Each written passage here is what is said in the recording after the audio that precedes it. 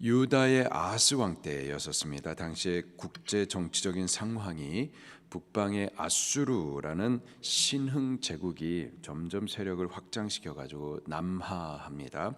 그 아래에 아람과 북이스라엘이 이 반아수르 동맹을 맺고 그 아래에 있었던 유다도 함께하기를 제안하죠. 그런데 유다의 아하스가 이를 거절하고 오히려 친아수르 노선을 탑니다.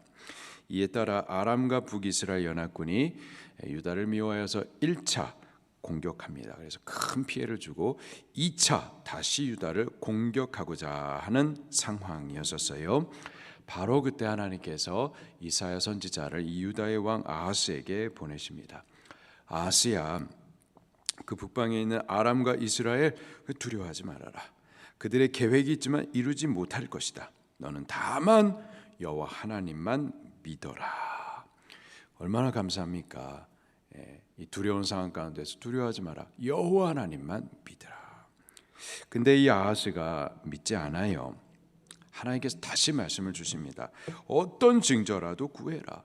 깊은 데서든 높은 데서든 뭐든지 구하라. 내가 다 보여주겠다. 다만 너는 그 징조를 보고서라도 제발 믿기만 하라. 제발 믿기만 하라. 믿음을 막 구걸하시듯 그렇게 애원을 하세요. 여러분, 여호와 하나님께서 우리에게 요구하시는 한 가지가 무엇이겠습니까? 우리에게 무슨 큰 공로를 세우라라는 것도 아니고요, 큰 희생을 드리라라는 것도 아니죠. 다만 믿기만 하라라는 겁니다. 그가 우리를 위해서 이루신 일, 이루실 일, 대행대속하여서 구원해 주신 그 공로, 십자가 희생과 사랑, 그리스도를 통하여서 내가 이루는 것 아니라 그가 이루신 이 은혜의 복음을 다만 믿기만 하라라는 거죠.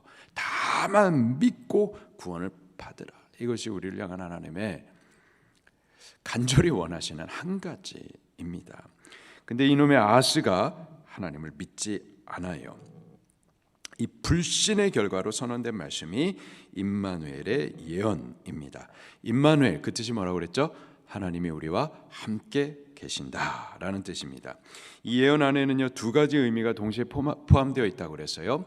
첫째는 심판, 또한 구원의 약속, 이 두 가지가 함께 포함이 되어 있습니다. 오늘 본문은요, 임마누엘의 첫 번째 의미, 곧 심판에 대하여 예언이 선언이 됩니다. 임마누엘, 곧 하나님께서 우리와 함께 하시리라라는 이 예언은 지금은 하나님께서 우리와 함께 하시지 않는다라는 전제를 둔 예언이죠. 곧 유다의 아하스 왕이 제발 좀 믿으라. 다만 너는 믿기만 해라. 근데 그 믿지 않음으로 인하여서 하나님께서 그와 함께 하실 수가 없었던 겁니다. 그를 떠나신다라는 거죠.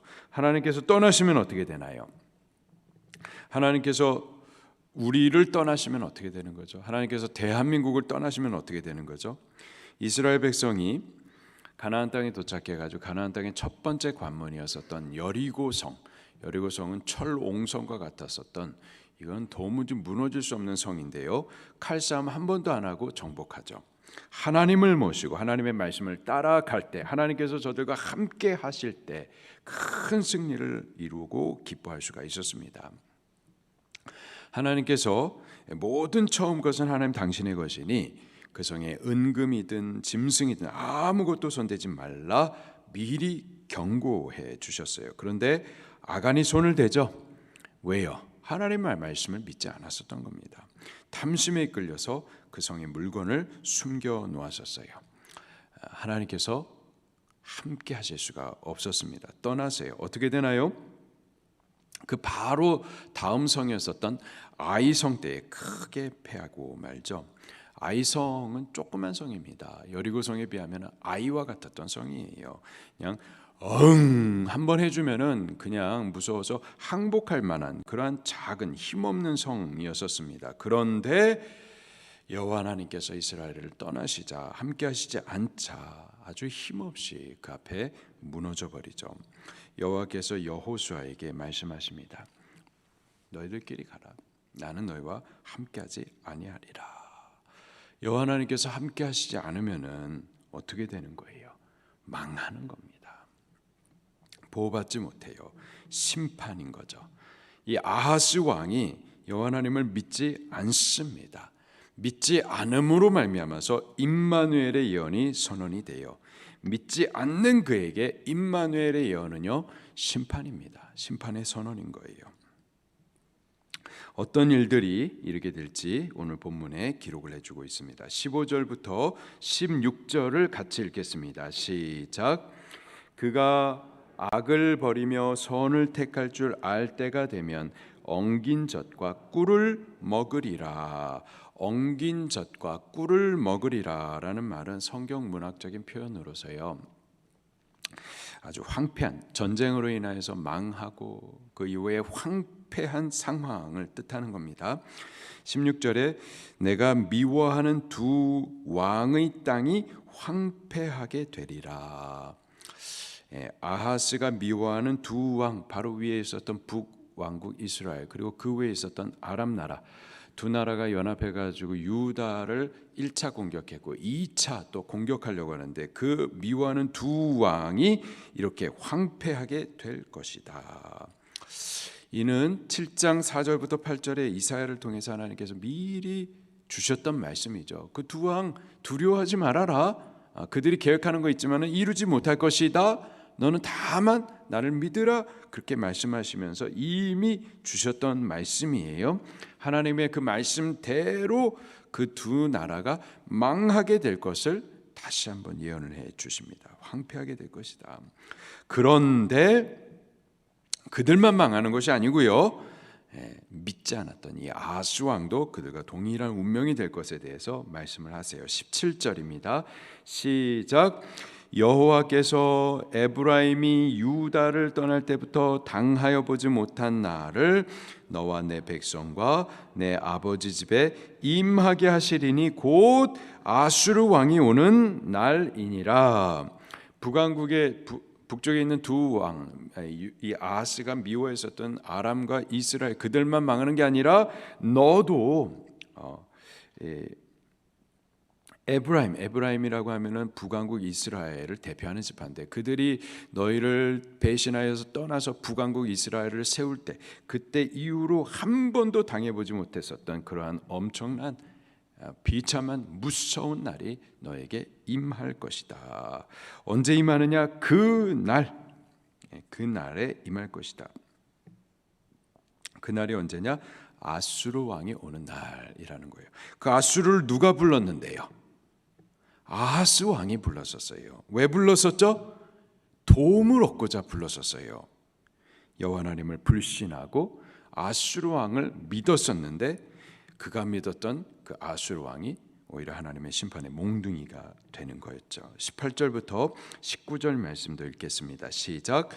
그 날에는 여호와께서 애굽 하수에서 먼 곳에 파리와 아수르 땅에 벌을 부르시리니 다 와서 거친 골짜기와 바위 틈과 가시나무 울타리와 모든 초장이 앉으리라. 그 날, 그 아수르 왕이 오는 날, 유다의 아하스 왕은 나를 도와주기 위해서 온다라고 생각했었는데, 그 아수르 왕이 오는 날, 그 여호와의 심판의 날이죠. 그 날에는 적군이 파리와 같이, 벌떼와 같이 애굽에서부터, 아수르로부터 유다로 몰려올 것이다. 애굽에 파리 재앙이 있었었죠, 모세 때에.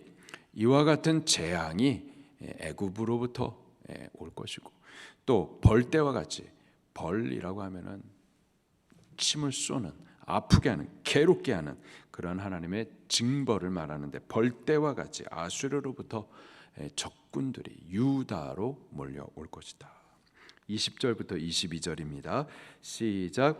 그 날에는 주께서 하수 저쪽에서 세네온 삭도 곧 아수르 왕으로 내 백성의 머리털과 발털을 미실 것이요 수염도 깎으시리라.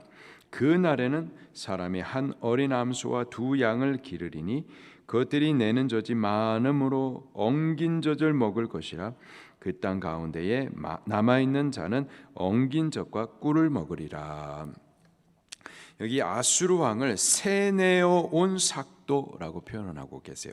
세내어 왔다, 돈을 주고 빌려왔다, 뭐 이런 뜻입니다. 세내어 온 삭도, 이렇게 지금 아수르 왕을 표현하고 있는데, 누가 그를 돈 주고서 빌려왔느냐? 하나님께서 지금 데리고 왔다라는 표현이에요. 아수르 왕은 지금 유다하고 유다의 그 뇌물을 받고서 유다를 돕기 위해서 오는 척하면서 유다까지도 삼킬 그런 욕심으로 내려왔었지만은, 높은 보좌 위에서 인간 나라를 다스리시는 여호와 하나님께서 사실은 아수르는 자기 욕심으로 온 것 같지만은 여호와 하나님께서 그 아수르를 끌어와 가지고 유다를 심판할 몽둥이로 지금 불러내오셨다라는 거예요. 그들을 세내어 데리고 와가지고는, 삭도와 같이 데려와가지고는 유다의 머리털을 깎고 발털을 밀고 또 수염도 깎아낼 것이다. 이거는 모욕과 굴욕을 줄 것이다 라는 표현입니다. 또 23절부터 25절 말씀까지 같이 또 봉독할게요. 시작. 그날에는 1000그루의 은 1000개의 가치가 있는 포도나무가 있던 곳마다 찔레와 가시가 날 것이라. 온 땅에 찔레와 가시가 있으므로 화살과 활을 가지고 그리로 갈 것이요, 보습으로 갈던 모든 산에도 찔레와 가시 때문에 두려워서 그리로 가지 못할 것이요, 그 땅은 소를 불어넣으며 양이 밟는 곳이 되리라. 요셉은 은 20에 팔려갔고 예수님은 은 30에 팔리셨죠. 근데요, 포도나무 1000그루의 은 1000의 가치가 있었던 포도원, 아주 좋은 포도원인 거죠. 자, 그런데 그 포도원에 포도나무는 없고 이제 찔레와 가시만 무성할 것이다. 보습으로 갈던 산에도 찔레와 가시가 무성할 것이다. 아담과 하와가 범죄하고 나서 에덴 동산에서 쫓겨나죠. 그 전에는 거기에는 아주 보기 좋고 또 맛도 있고 먹기에 좋은 그런 열매 있는 나무들로만 무성했었어요. 근데 범죄 타락한 이후에 땅에서 찔레와 엉겅퀴가 나기 시작을 하죠. 여기 이 좋은 포도원에 포도나무 대신 찔레와 가시가 날 것이다. 하나님의 저주, 심판을 표현해 주는 겁니다. 왜 이렇게 되는 걸까요? 왜 유다 나라가 왜 이렇게 열방의 전쟁터가 되어지고 부끄러움을 당하고 황폐한 땅으로 버려지게 되는 걸까요? 여호와 하나님께서 떠나시니까 그렇게 되는 겁니다. 여호와 하나님께서 그들과 함께 하시지 않기 때문에 그런 거죠. 왜 여호와 하나님께서 유다를 떠나신 겁니까? 그를 믿지 않기 때문에 떠나시는 거죠. 유다는요, 하나님께서 택하신 백성입니다. 언약을 두신 나라였었어요. 그럼에도 불구하고 그들이 믿지 않으니까 하나님 그들을 떠나십니다. 우리나라는요, 대한민국은요, 저는 대한민국을 좀 특별하게 생각을 합니다. 하나님께서 우리 대한민국을 세우실 때에 이 나라에 특별한 목적을 두시고, 그리고 이 불쌍한 민족을 하나님께서 택하신 줄로 믿습니다. 그리고 많은 은혜들을 베푸시고 복을 베푸시고, 그리고 하나님께서 과연 이 나라를 세우시고 이 민족을 택하셨다라는 증거들을 많이 나타내 보여주셨죠.